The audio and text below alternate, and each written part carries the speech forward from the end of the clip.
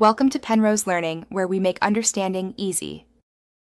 You start by making the kettle safe.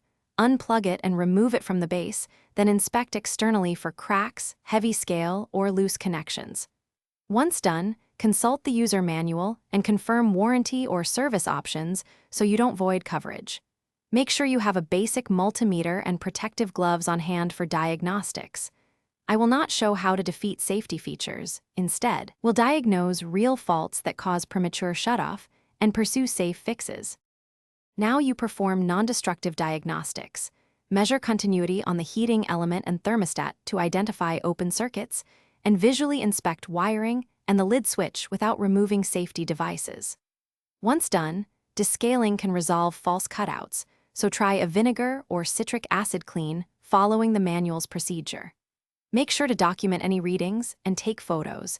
Manufacturers and authorized repair centers will want that information. If tests indicate part failure, order the correct replacement. Never bypass the thermal cutout. Finish by fitting only approved replacement parts or arranging authorized repair. Replacing a thermostat or switch is safe when done per manufacturer instructions and using genuine parts. Once installed, test with cold water and on a protected outlet. Make sure the kettle reaches boil and resets normally.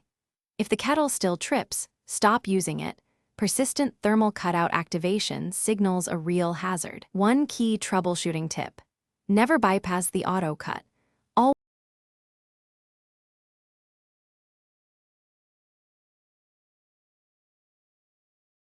Thanks for watching. If this was helpful, leave a like and consider subscribing. See you next time.